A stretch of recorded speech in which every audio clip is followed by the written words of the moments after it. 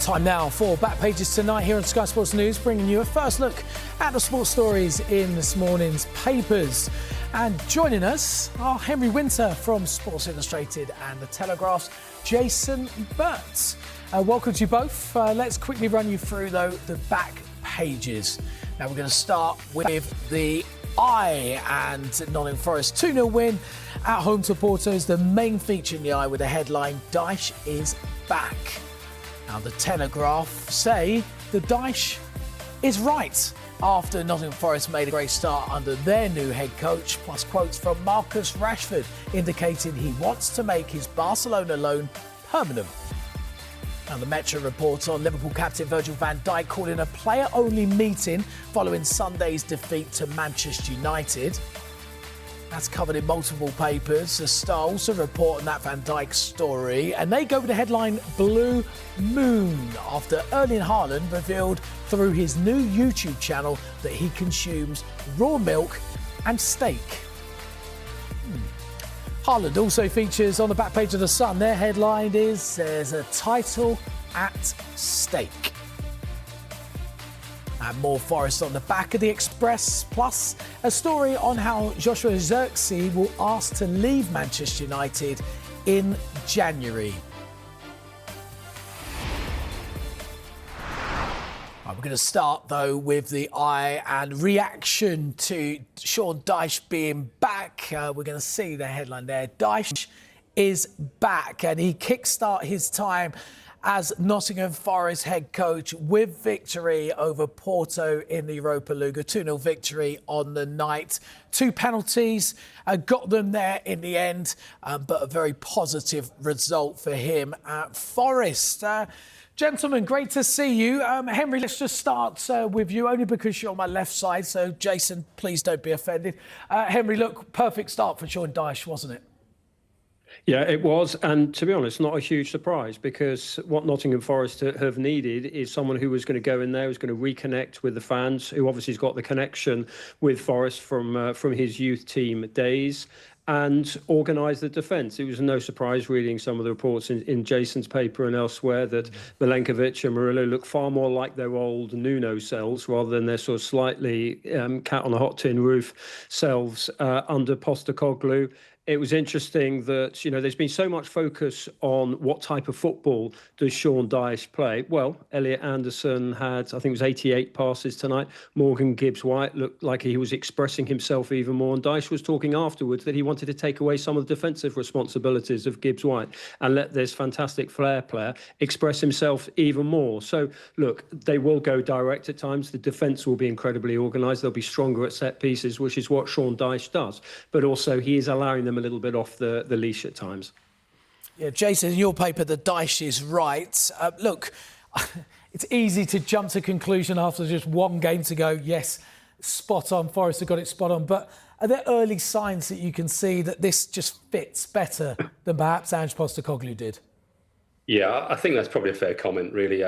Obviously, for Sean Dyche to win his first game in charge, with it being a big European game, the first game Forest have won in Europe for almost 3 decades as well. It's just such a big moment to change the atmosphere around the club and the fans inside the stadium. You saw the reaction post-match. There was a really telling comment from Morgan Gibbs-White where he said that it's allowing them to breathe again. Now, that's damning for Ange Postecoglou, but also reflects probably the pressure in which they were under, having gone so long without a win, and how claustrophobic that can feel to players and how inhibiting it can feel. So to get that win with your first game, it, you know, as that famous sort of Jurgen Klopp phrase was, you know, to turn doubters into believers. Well, he's doing that from day one.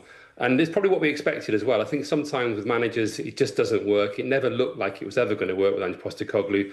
From the get-go, it looked like the wrong fit. With Sean Dyche, once that appointment was made, you're thinking, OK, that makes a lot more sense and a lot more sort of in keeping with what Forest have been like in the last few years playing under Nuno. And I think he will get them back. And I think he'll be highly motivated as well. And this will mean an awful lot to him.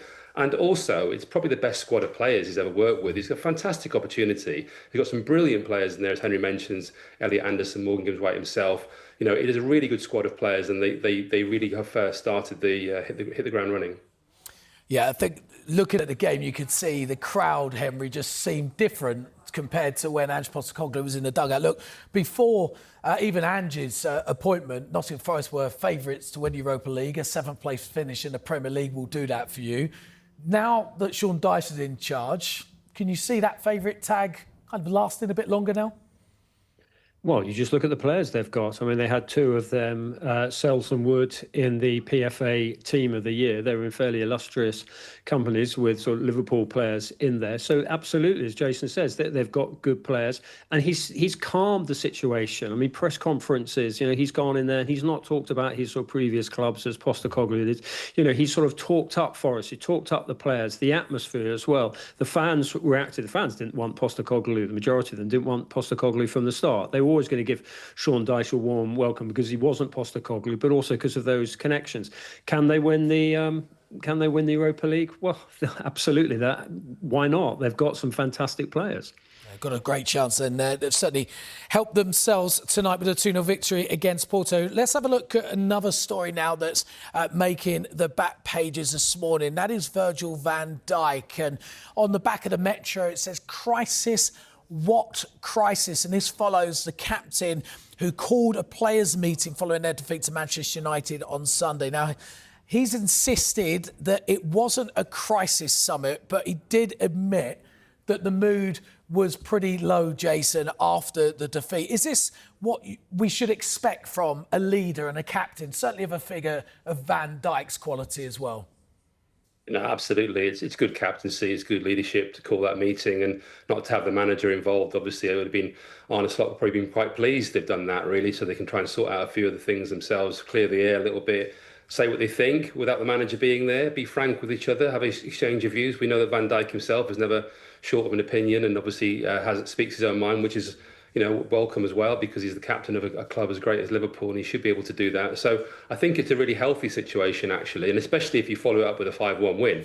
That sort of stops all that crisis talk straight away. But it was lurching towards a bit of a crisis, a mini crisis, certainly. 4 defeats in a row. I know Van Dijk tiptoed around these words saying, well, it wasn't a crisis, but actually, obviously, we lost 4 games in a row, so therefore, it was going in the wrong direction. So we were heading towards a crisis. But anyway, whether the crisis or not, they've got the right result, and it seems to me like a very good move by him to firstly hold that meeting and then also make it public as well, that the players have taken a ball on board. They've taken the responsibility, because sometimes, especially in football, we focus so much on the manager and what he's done and his tactics, his team selections, but the players themselves have to look in the mirror and take responsibility themselves. And I think it's been good that Van Dijk's put that out there and let everyone know that meeting's taking place. Yeah, I agree with you, and I think so often it's finger pointing to the managers, and yet the players seem to get let scot-free. Henry, you've written a piece in Sports Illustrated. We're sticking with the Liverpool theme around Mo Salah. Now, I was a little bit concerned that you were going to start singing some Aretha Franklin with R-E-S-P-E-C-T to start off. But look, does Mo Salah need a bit more respect? 33 years old, for what he's achieved in the game. He's just going through a bit of a dip. Well, first is the Football Writers' reigning Footballer of the Year. He's the Players' Player of the Year. He came fourth in the Ballon d'Or. He's won 2 titles, the Champions League, 1 FA Cup, 2 League Cups. I mean, there's a huge list of trophies that he's won for Liverpool in these great games. And this piece that I've written echoes one that I think it's Chris Bascom in the Telegraph has written as well. Is there almost an element of Florian Wirtz, who's 22, to Salah's 33? At some point, it will take over almost the conductor role. Obviously, different player, different position and all that. But in terms of a lot of the football flowing through him, I thought we saw... Look, I'm a big Florian Wirtz fan, and he showed it yesterday. Okay, it was back in Germany. A lot of people are saying, well, he likes that sort of game and that sort of tempo. But there's a very special player in there, as Jurgen Klopp and Philipp Lahm have been talking about when he was getting criticised. So look, 2 assists, doesn't make him Kenny Dalglish or one of the most important players in Liverpool's history, but it does show that they've got this talent has come in. And, we throw the word crisis around far too freely. I mean, they spent, £420 million? And obviously they recouped a lot of that as well. That's not a crisis. They've got a potentially a very good jigsaw there. It's just a question of getting the pieces in the right order. And the point that Basco's making in the Telegraph, and I was doing in Sports Illustrated, is at some point there's huge respect for Mo Salah for what he has achieved. But you can't have sinecures in football. And if he needs to be on the bench, as he was last night, or he needs to sort of, in the future, well, then that's competition. That is elite sport. And Arne Slot knows so much about the game and will know, he's made tough decisions before. We saw it in his first ever game for Liverpool when he hooked Kwanzaa at half time. So he will make strong decisions. But I do think, you're coming back to your first point, there has to be respect for Mo Salah for what he has achieved. And he's a fantastic role model. I mean, Jason rightly makes the point about Virgil van Dijk in this meeting. That Liverpool team, and this is why I would question the crisis headline, is full of international captains. You've got Szoboszlai with Hungary, you've got Mo Salah obviously with Egypt, Endo with Japan, Andy Robertson with Scotland. Potentially you've got half the team who are international leaders. So I don't think it's a crisis just yet. Not yet, Jason. Well, look, Henry alluded to the fact that Arne Slot made a brave decision to bench Mo Salah, something we don't see very often. It's a player who likes to play games, he likes to start games, he doesn't ever want to rest, it seems. But has he got a tricky decision to make before Brentford on the weekend of whether to keep him on the bench after such an emphatic performance in Germany in midweek? Yeah, I think there was an awful lot of sense in benching him against Eintracht Frankfurt. I think if he stays on the bench, or he starts on the bench again on the weekend, then that starts to look a little bit more concerning for him. Although obviously we've got a huge long season ahead of us, and he is not getting any younger as an older player in the squad. I do think there is one issue with Salah, which I do find quite fascinating, that Liverpool are trying to play a little bit differently this season, and he hasn't got the runners around him that he did have in previous seasons. He hasn't got the players who are doing the running for him effectively. And I think that Chelsea game, actually, when they got beat recently before the international break, was quite alarming in that he was actually targeted. The defensive space behind him was where Chelsea really found all their joy. And I think that teams will look at that and think, as great as Mo Salah is, we know he doesn't track back. We know he hasn't had to track back in the past because he's had midfield players and other forwards as well who've covered that distance for him. It's not going to happen so much with Ekitike or with Isak. They're not those sorts of players. So I think it's going to be quite interesting how Arne Slot finds a solution to that conundrum. And if he is on the bench on the weekend, then obviously people will be talking more and more about whether or not he's actually going to be an automatic choice for the team. Yeah, interesting point. Gentlemen, thank you very much. That's part one already complete. But we'll take a short break, and when we come back, we'll look at more of the sports stories in the morning papers, including this in the Sun. There's a title at stake.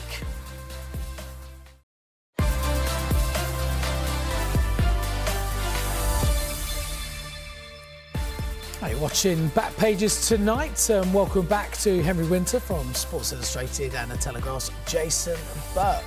Let's now go to your paper, Jason, The Telegraph, and we're going to have a look at a story around Marcus Rashford. Rashford eyes Barcelona stay, and it says the on loan Manchester United man lifted by new environment and culture that he seems to be experiencing in Spain. I'm sure he's enjoying the weather, that's for sure, Jason. But look, talk to me about Rashford. He seems to have got a new leash of life in Spain, hasn't he?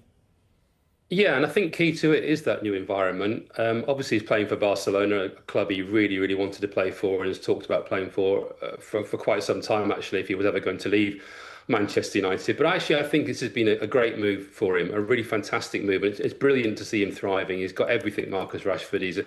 He could be a fantastic player. Well, he is a fantastic player, but he can obviously recapture that form and be great again. But I think the change of environment is the key here. And he talks in the piece about how he's been associated with Manchester United all his life, basically. And sometimes that pressure is just too much. And I think he obviously needed a change of environment to get out of Manchester, not just Manchester United, but maybe Manchester City as well, and move somewhere else. There's an awful lot of responsibility on his shoulders ever since he broke into the team, and even before that when people were talking about him. And I think he's carried that on his shoulders all his life, and it's been a bit of a heavy weight, and at times it's dragged him down. And I think actually for his own well-being and his own form and his own career, he needed to leave Manchester United. I think United fans will be angry and upset by that, but actually sometimes it has to happen because it can be too much. He was the local hero, he was the local boy, and it was a situation where I think he was dragging him down, really. And I think the move has been great for him. I think it will be made permanent. It's only going to be about £26 million, which will be a bargain fee. But I think for Manchester United, they probably just want to make it happen now as well. Now, Henry, look, I know you know the player very well. We had that famous interview with him. But as Jason said, the fee might be just £26 million. That just seems an absolute bargain for Barcelona. Does it seem like bad business from Manchester United's perspective? No, because Manchester United want him out. So I don't think there's any sort of particular sort of issue. He doesn't fit in with the way Ruben Amorim wants to play in that 3-4-3 system. I think maybe it's wages. You know, there were too many issues, and I think he needed to leave. I think he also needed to leave the country, as Jason says, experience another culture, and just enjoy playing again. I mean, the plan at Barcelona, and Hansi Flick has been a long-term admirer of Rashford, was to him to sort of slightly ease him in, but then they had injuries in the attacking third and they've had to rely on him. I mean, he's already played 12 games, 5 goals, 5 assists. So he's absolutely flying again. And of course, we have to view everything through the prism of this is a World Cup year, and a lot of players have got that in mind, particularly when you're a player heading, he's 26. You know, this is a big World Cup for him. And I think he's shown he's probably number 2 to Anthony Gordon on England's left as a starter.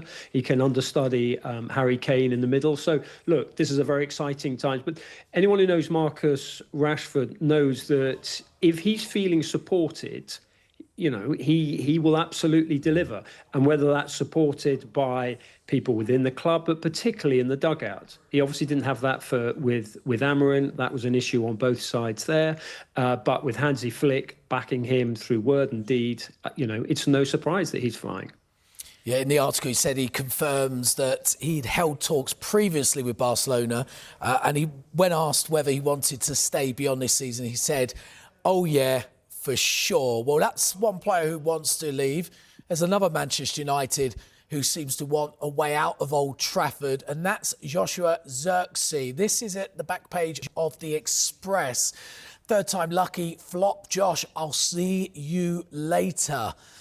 Interesting line. He's kind of fallen down the pecking order. He's been at the club for over a year now, Jason. Is this just a natural progression? They've brought in Benjamin Sesko. Ruben Amorim kind of put his standpoint on the team, the players he wants. If you're not up to scratch, there's the door. He's happy for you to go. And the player seemingly wants to just desperately play games, but he's really fallen out of favour. Yeah, I'd be really surprised if he doesn't leave in the January window for a couple of reasons. One, it's a World Cup year, as Henry mentions. He wants the chance, obviously, to be in the Dutch squad and play for Holland. We know Ronald Koeman's very tough on players who don't appear for their club. So that'll be in his mind for a start. And secondly, I think Manchester United only really held on to him for the first half of the season just to make sure things worked out with other players. It's quite surprising in some ways because the system that Amorim plays, you think he would probably fit into that because he's not a 9. He's not a 10, he's like a 9.5. He likes to play in that sort of space just behind the main striker. But it's never really worked out for him at Manchester United. And as you say, once those summer signings were made, that reshaped strike force, he was always only going to be on the bench. And it's quite a luxury player to have on the bench in terms of what they paid for him and the wages and so on. So I think in terms of balancing it out, in terms of his own career, in terms of Manchester United going forward, and also with Mason Mount being fit and playing at the moment, he's fallen even further down the pecking order. I'll be very surprised if he's still there after the January window. Yeah, one to watch in January, that is for sure. Now, we're just going to get on to a serious story about Erling Haaland and his form and how well he's playing right now. But, Henry, one for you. Back page of the start says Blue Moon. He's got a diet of raw milk and steak. Raw milk and steak, Henry, is that one for you? I mean, it's so impressive, isn't it? I mean, the Telegraph and a couple of other papers have gone through, this is on his YouTube channel, and he's very relaxed and he's sort of talking about basically what makes him such an exceptional player, and the attention to detail, as James Ducker in the Telegraph has gone through, is absolutely fascinating. I mean, an element of it we would expect from him of sort of saunas and ice baths, but just this attention to detail. I mean, you know, a lot of it is absolutely jaw-dropping detail. He has 6,000 calories a day. He doesn't use a knife and fork. It's all sort of finger food, even with these huge tomahawk steaks.